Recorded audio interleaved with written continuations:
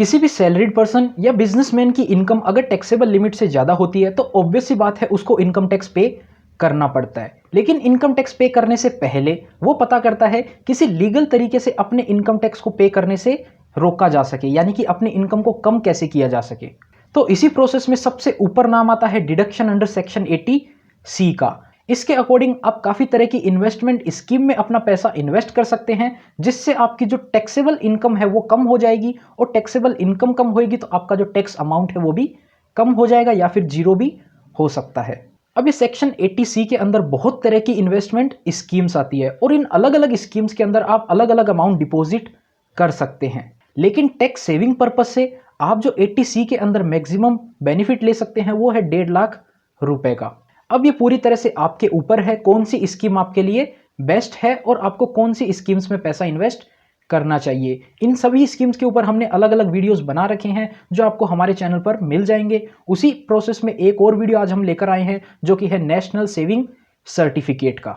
आज के इस वीडियो में हम इसी इन्वेस्टमेंट स्कीम के बारे में बात करेंगे, जैसे कि नेशनल सेविंग सर्टिफिकेट क्या है, कौन कौन इस स्कीम में पैसा इन्वेस्ट कर सकता है, इस स्कीम में किए गए इन्वेस्टमेंट के ऊपर आपको किस रेट से रिटर्न मिलेगा, मिनिमम और मैक्सिमम डिपॉजिट से रिलेटेड क्या क्या रूल्स हैं, इनकम टैक्स में भी अगर कुछ बेनिफिट मिलते हैं तो वो क्या बेनिफिट मिलते हैं, और भी काफ़ी तरह के रूल्स एंड रेगुलेशन इस स्कीम से रिलेटेड जितने भी हैं वो सारे आपके साथ इस वीडियो में डिस्कस करेंगे। वीडियो काफ़ी हेल्पफुल और नॉलेजेबल होने वाला है। आपसे बस एक ही रिक्वेस्ट है, इस वीडियो को एंड तक पूरा जरूर देखिएगा। नमस्कार दोस्तों, मेरा नाम है राकेश, आप देख रहे हैं बैंकिंग बाबा यूट्यूब चैनल। तो चलिए इस वीडियो को शुरू करते हैं। तो सबसे पहले बात करते हैं कौन कौन अपना अकाउंट ओपन करवा सकता है इस नेशनल सेविंग सर्टिफिकेट स्कीम के अंदर। तो कोई भी सिंगल एडल्ट पर्सन अपना अकाउंट ओपन करवा सकता है, वो रेजिडेंट इंडियन होना चाहिए अकाउंट ओपनिंग के टाइम पे, यानी कि अकाउंट ओपन करने के बाद में वो अगर एनआरआई भी कन्वर्ट हो जाता है तो उससे कोई भी फर्क नहीं पड़ता है। जॉइंट अकाउंट ओपन करवाया जा सकता है 2 लोगों के साथ मिलकर, और 3 लोग मैक्सिमम जॉइंट अकाउंट ओपन कर सकते हैं। अगर आप सिंगल अकाउंट ओपन करवाना चाहते हैं तो आप करवा सकते हैं, अगर आप जॉइंट अकाउंट करवाना चाहते हैं ओपन तो करवा सकते हैं। 2 लोग या 3 लोग मिलकर जॉइंट अकाउंट भी ओपन करवा सकते हैं। एक गार्जियन अकाउंट ओपन कर सकता है माइनर के नाम से, और अनसाउंड माइंड पर्सन के नाम से भी गार्जियन अकाउंट ओपन कर सकता है, यानी कि कोई व्यक्ति जो मानसिक रूप से कमजोर है उसके नाम पर गार्जियन भी अकाउंट ओपन कर सकता है। और जो माइनर है वो अपने नाम से भी अकाउंट ओपन कर सकता है अगर उसकी एज जो है वो 10 साल से ज्यादा है। तो HUF यानी कि हिंदू अनडिवाइडेड फैमिली इसमें अकाउंट ओपन नहीं करवा सकते, और जैसा कि आपको बताया रेजिडेंट इंडियन ही अकाउंट ओपन करवा सकता है, तो NRI भी इसमें अकाउंट ओपन नहीं करवा सकते हैं। अकाउंट ओपन कहाँ पे होएगा, उसके लिए आपको पोस्ट ऑफिस जाना पड़ेगा। पोस्ट ऑफिस में आप अपना अकाउंट ओपन करवा सकते हैं।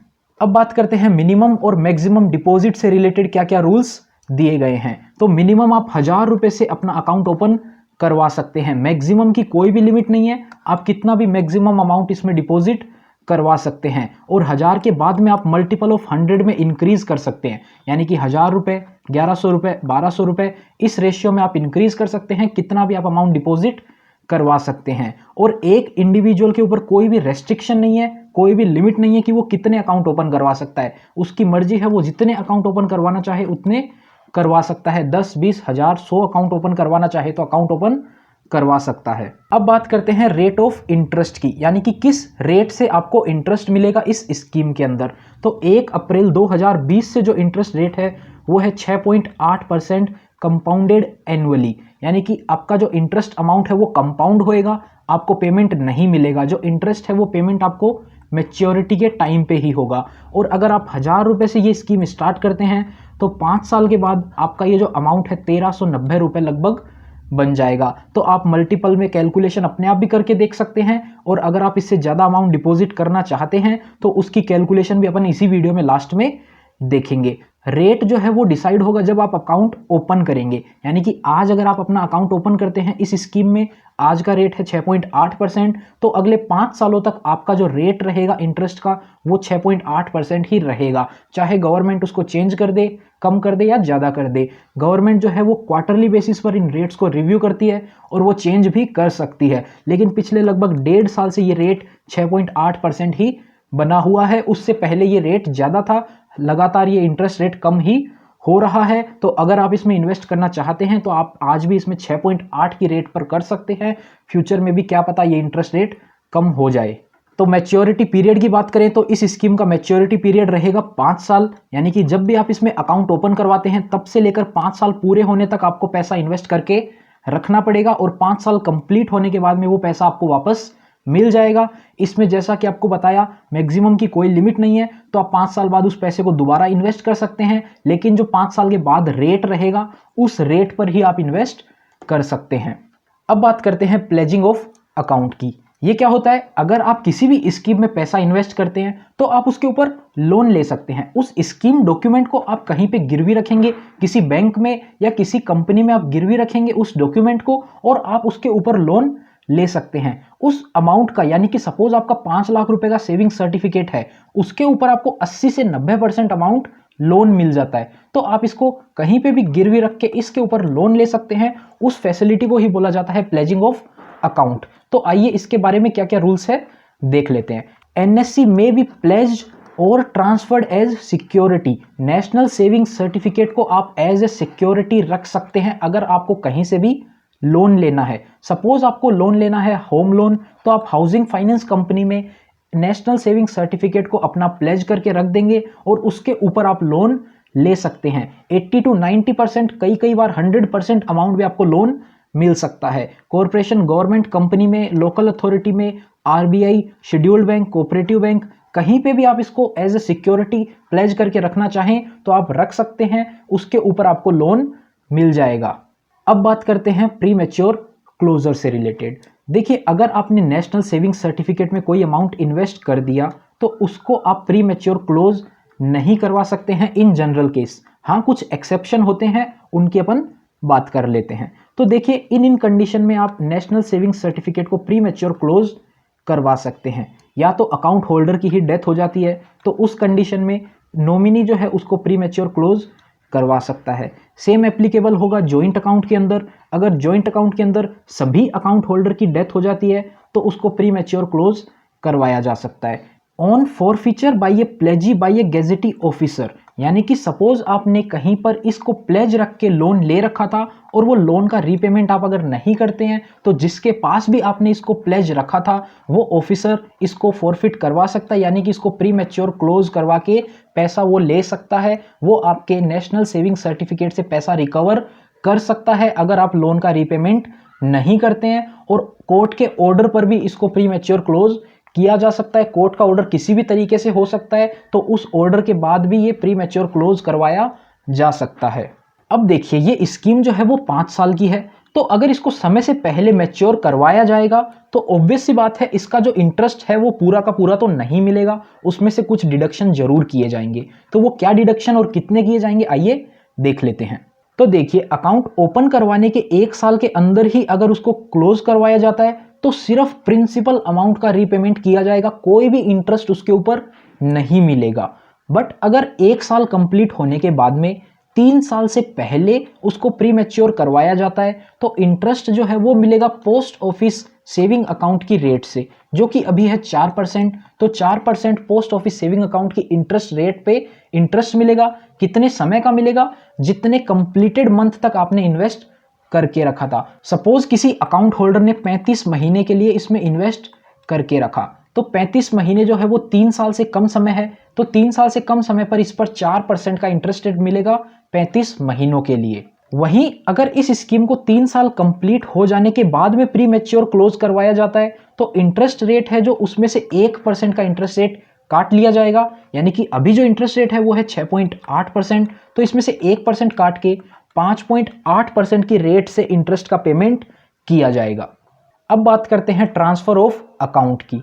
जनरल केसेस में नेशनल सेविंग सर्टिफिकेट जो है वो ट्रांसफर नहीं किया जाता है, लेकिन कुछ एक्सेप्शनल केसेस हैं, उन केसेस में इसको ट्रांसफर किया जा सकता है। जैसे कि अकाउंट होल्डर की ही अगर डेथ हो जाती है तो ये नॉमिनी को या लीगल हेयर को ट्रांसफर किया जा सकता है। अब ये पूरी तरह से नॉमिनी के ऊपर डिपेंड करता है, वो इसको ट्रांसफर करवाना चाहता है या फिर उसको प्री मैच्योर क्लोज भी करवा सकता है। सेम केस एप्लीकेबल होगा जॉइंट अकाउंट होल्डर के केस में भी।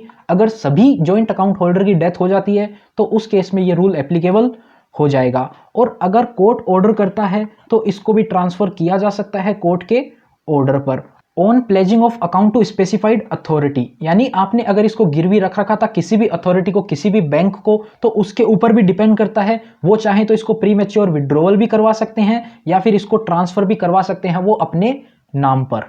अब बात करते हैं अगर अकाउंट होल्डर की डेथ हो जाती है तो क्या रूल्स एप्लीकेबल होंगे। तो सिंपल सा रूल है, पैसा जो है वो नॉमिनी को ट्रांसफ़र किया जाता है। अब अगर नॉमिनी रजिस्टर्ड नहीं है तो क्या रूल्स एप्लीकेबल होंगे। इस केस में दो पॉइंट आते हैं, या तो जो टोटल अमाउंट है वो 5 लाख रुपए तक है और या फिर टोटल अमाउंट जो है वो 5 लाख से ज़्यादा है। अब देखिए अगर अमाउंट 5 लाख रुपए तक है तो कोई ज़्यादा टेंशन वाली बात नहीं है। जो लीगल हेयर है वो पैसा ले सकता है, सिंपली उसको नॉर्मल डॉक्यूमेंट्स पोस्ट ऑफिस में सबमिट करवाने होते हैं। लेकिन अमाउंट जो है वो 5 लाख रुपए से ज़्यादा है तो पोस्ट ऑफिस वाले आपको सिंपली अमाउंट ट्रांसफ़र नहीं करेंगे। उस केस में आपको कोर्ट से सक्सेशन सर्टिफिकेट इशू करवा के लाना पड़ेगा और उस कंडीशन में ही आपको पैसा वापस मिल सकता है। अब बात करते हैं नेशनल सेविंग्स सर्टिफिकेट में इन्वेस्टमेंट करने से आपको इनकम टैक्स में क्या क्या बेनिफिट मिलते हैं। तो जो सबसे पहला बेनिफिट है, किसी भी प्रकार का टीडीएस नहीं काटा जाएगा आपकी इंटरेस्ट इनकम में से। यानी कि सपोज आप 1 लाख रुपए इसमें डिपॉजिट करते हैं और मैच्योरिटी पे आपको जो भी अमाउंट मिलना है उसमें से कोई भी टीडीएस नहीं काटा जाएगा, फुल अमाउंट आपको रीपेमेंट किया जाएगा। और इस स्कीम में किया गया इन्वेस्टमेंट सेक्शन 80C के अंदर डिडक्शन के लिए एलिजिबल होता है। यानी कि नेशनल सेविंग सर्टिफिकेट में आप 1.5 लाख रुपए तक इन्वेस्टमेंट कर सकते हैं इनकम टैक्स में बेनिफिट लेने के लिए। इस स्कीम से कमाया गया इंटरेस्ट पूरी तरह से टैक्सेबल होता है, यानी कि उसके ऊपर आपका टीडीएस भले ही नहीं कटेगा लेकिन आप इस स्कीम से जो भी पैसा कमा रहे हैं उसके ऊपर आपको टैक्स देना पड़ेगा अगर आपकी नेट इनकम जो है वो एग्जेम्पशन लिमिट से ज़्यादा हो जाती है तो। अब आइए एक बार इस स्कीम के मेन फीचर्स और बेनिफिट देख लेते हैं। फिक्स इनकम है, गारंटीड इनकम है, आपको किसी भी प्रकार का रिस्क नहीं लेना है। टैक्स सेविंग स्कीम है, जैसा कि आपको बताया 80C के अंदर आप इसकी डिडक्शन ले सकते हैं। कोई भी आपको टीडीएस नहीं काटा जाएगा।